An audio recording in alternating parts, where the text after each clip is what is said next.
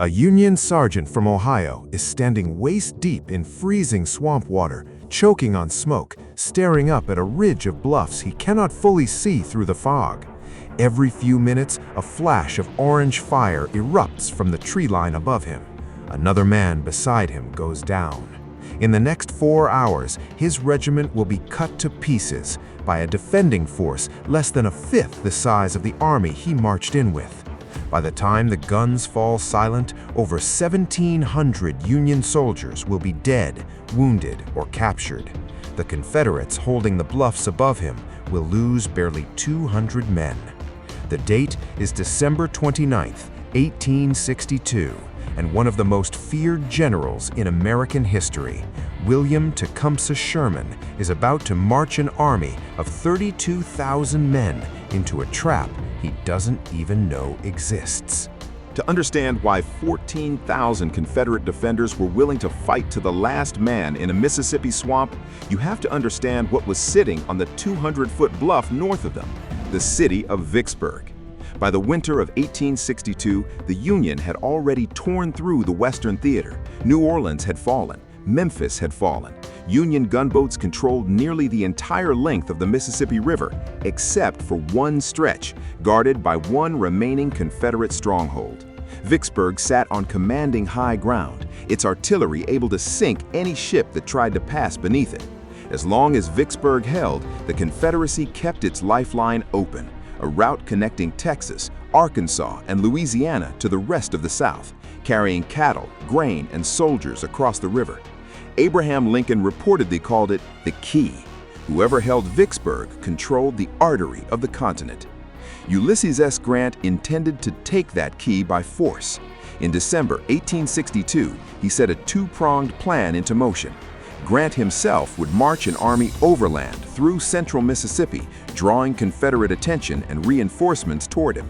At the same time, his subordinate, Sherman, still relatively unproven at this stage of the war, would load roughly 32,000 men onto river transports, sail down from Memphis, and land north of Vicksburg near the mouth of the Yazoo River.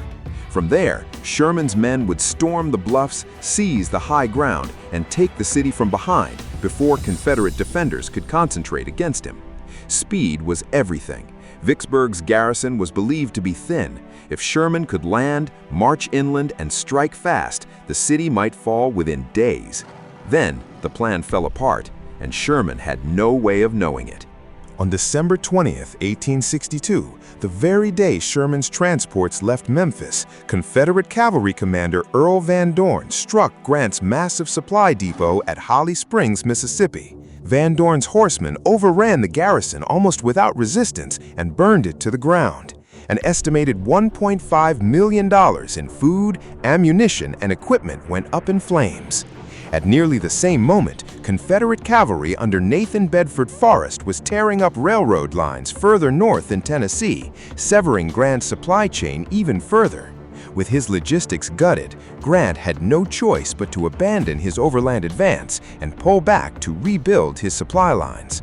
The Confederate defenders in the region, instead of being split and distracted by two Union columns, were now free to throw everything they had at the one column still coming, Sherman's, floating down the river toward Vicksburg.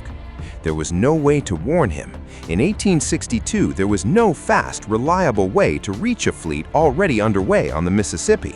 Sherman believed Grant was still advancing, still drawing enemy strength away from Vicksburg's northern approaches. He had no idea that half of his own plan no longer existed, and that he was sailing straight into the full weight of the Confederate defense. Sherman's men came ashore at Johnson's plantation on December 26, 1862, roughly 13 miles north of Vicksburg. What awaited them between the riverbank and the high ground was some of the worst terrain an attacking army could ask to cross. Chickasaw Bayou stood in the way, a tangle of swamp, standing water, sluggish creeks, and dense timber.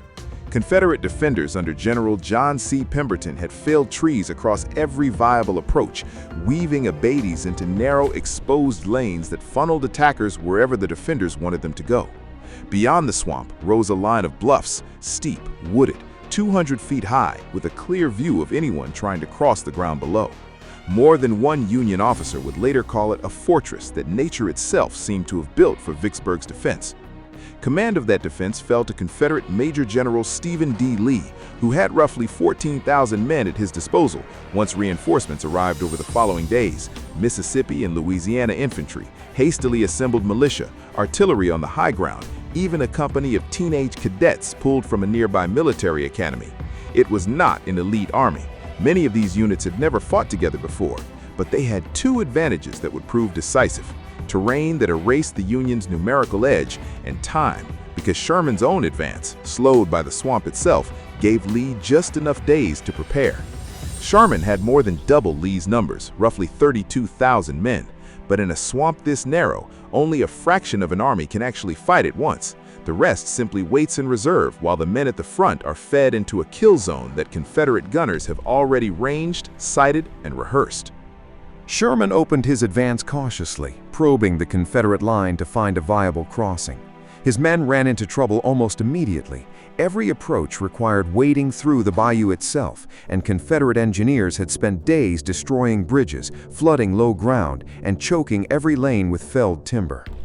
Union soldiers pushed forward through frigid, waist-deep water, while Confederate sharpshooters, hidden in the tree line, picked off officers and file leaders one by one. Artillery on the bluffs opened up on any mass of blue uniforms that came into view. By nightfall, Sherman's men had managed to seize a sandbar at the base of the bluffs, a foothold, nothing more. Every push beyond it met the same wall of fire from an enemy they could barely see. Sherman had learned in a single day that the Confederate position was far stronger than his intelligence had suggested. What he hadn't learned, because there was no way for him to know, was that the entire logic behind his mission had already collapsed a week earlier at Holly Springs. He believed speed was still everything. He believed hesitation now would only let Confederate strength grow. So he pressed on. Fighting intensified on the 28th as Sherman probed for any gap in the Confederate line. Engineers worked under fire to bridge the bayou. Infantry launched limited attacks to test Confederate strength at different points. Reinforcements kept arriving on the Confederate side, letting Stephen Lee shift men to wherever the pressure was heaviest. By the end of the day, Sherman had settled on his point of attack, a stretch near what would become known, grimly, as Chickasaw Bluffs, a levee and partially drained sandbar that offered the most direct route to the high ground. It was also a natural funnel, solid footing flanked on both sides by swamp, forcing any attacking force into a narrow column marching straight into the teeth of the Confederate line. Any experienced eye would have recognized the danger. A narrow, obstructed approach, overlooked by high ground bristling with infantry and artillery, is close to a textbook definition of a killing ground. But Sherman, still convinced that speed mattered more than caution, ordered a full assault for the following morning. It would become one of the costliest miscalculations of his career. The main attack went in at roughly noon on December 29th, led by Brigadier General George W. Morgan, with supporting attacks along the neighboring line. The plan called for Union troops to cross the open, obstructed ground at the base of the bluffs, break through the abattis, and storm the works above. From the first minute, it went wrong.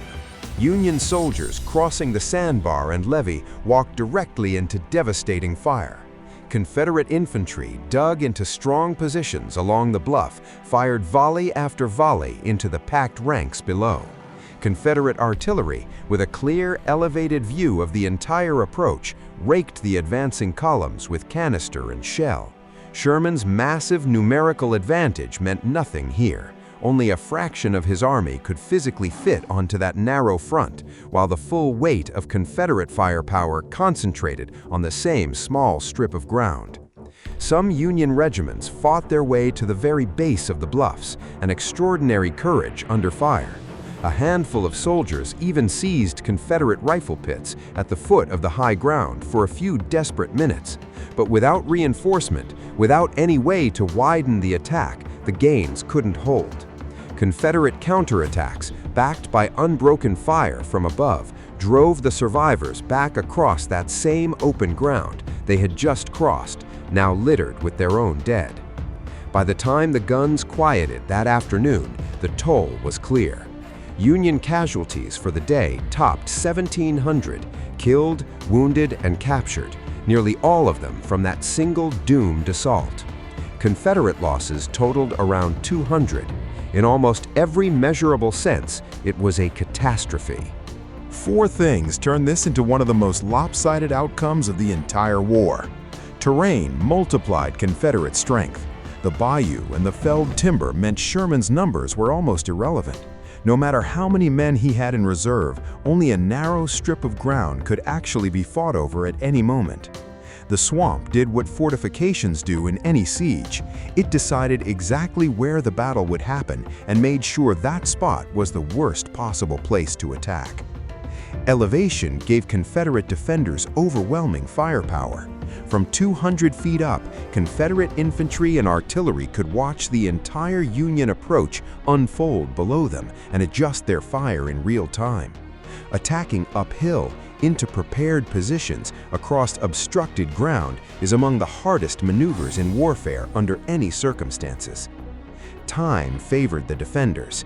Sherman's own advance had been slowed by the swamp, and every extra hour before his main assault was an hour Stephen Lee used to bring in reinforcements and strengthen his lines.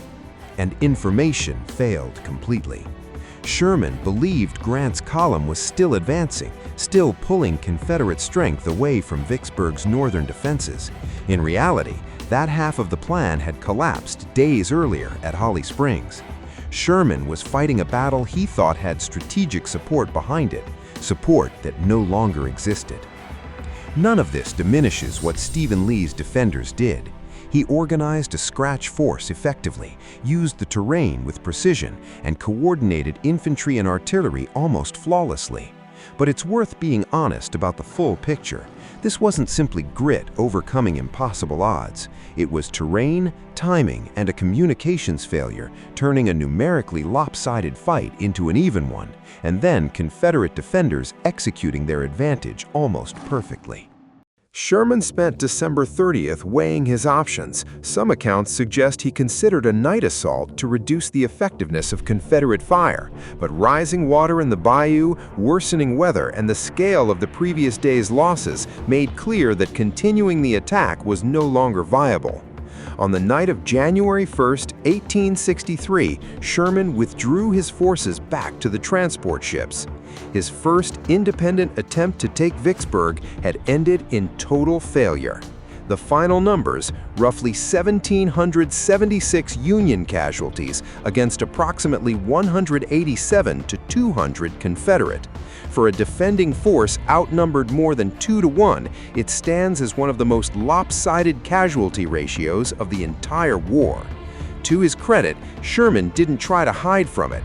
In his official report, he openly acknowledged the failure and took responsibility for ordering the assault, a moment of candor that would come to define much of his later reputation. Behind every number in this battle was a person.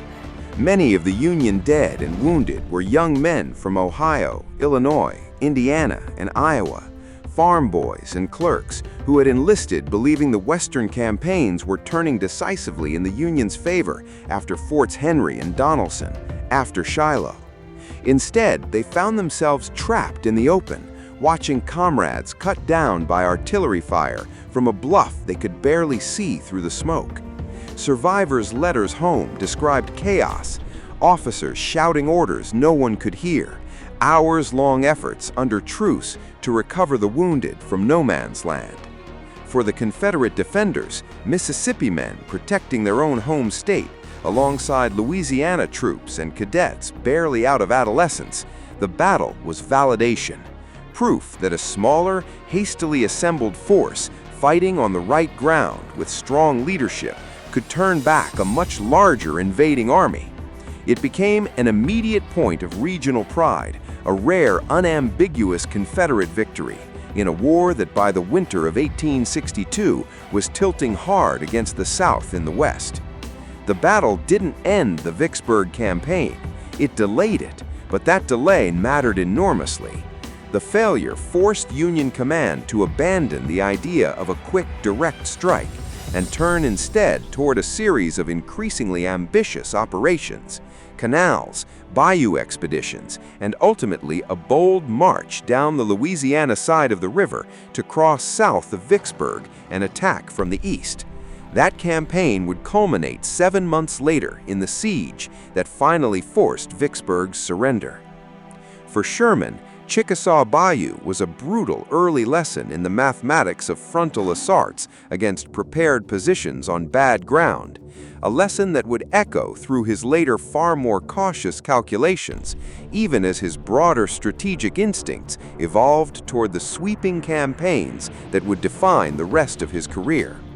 For Stephen D. Lee, the victory was career-defining. His defense earned him rapid promotion, and he would go on to become one of the youngest lieutenant generals in the Confederate Army. The ground where this battle was fought is preserved today within the broader Vicksburg National Military Park and surrounding protected land, though the fight itself is often overshadowed in popular memory by the long siege that followed it 7 months later. Military historians still point to Chickasaw Bayou as one of the finest examples in the entire war of terrain and preparation overcoming a massive numerical disadvantage. It belongs alongside other lopsided Civil War engagements. Fredericksburg fought just 2 weeks earlier with eerily similar dynamics of frontal assault against high ground, and later battles like Fort Sanders and Cold Harbor as proof of a hard truth Civil War commanders kept relearning, often at enormous cost. Raw numbers mean little against a well-prepared defense on the wrong ground, and courage alone cannot overcome geography, elevation, and firepower stacked against an advancing army. For Stephen D. Lee's defenders, outnumbered more than 2 to 1, this battle was a masterclass in using every available advantage, terrain, elevation, obstruction, and time, to erase a disadvantage that on paper should have been insurmountable. For Sherman, it was a costly but formative failure, one of several early setbacks in a career that would go on to reshape how the Union fought and won the war in the West. And for the roughly 1,700 Union soldiers who fell in that Mississippi swamp over 3 days in December 1862, and the nearly 200 Confederate defenders who fell holding it, Chickasaw Bayou remains a stark reminder of how quickly overwhelming numbers can mean nothing at all when they collide with the wrong ground at the wrong time on the wrong information. The bluffs held. Vicksburg would stand 7 more months, and the road to the Mississippi's final conquest would prove far longer and far bloodier than anyone on either side imagined when Sherman's transports first pushed south from Memphis in the last days of December 1862.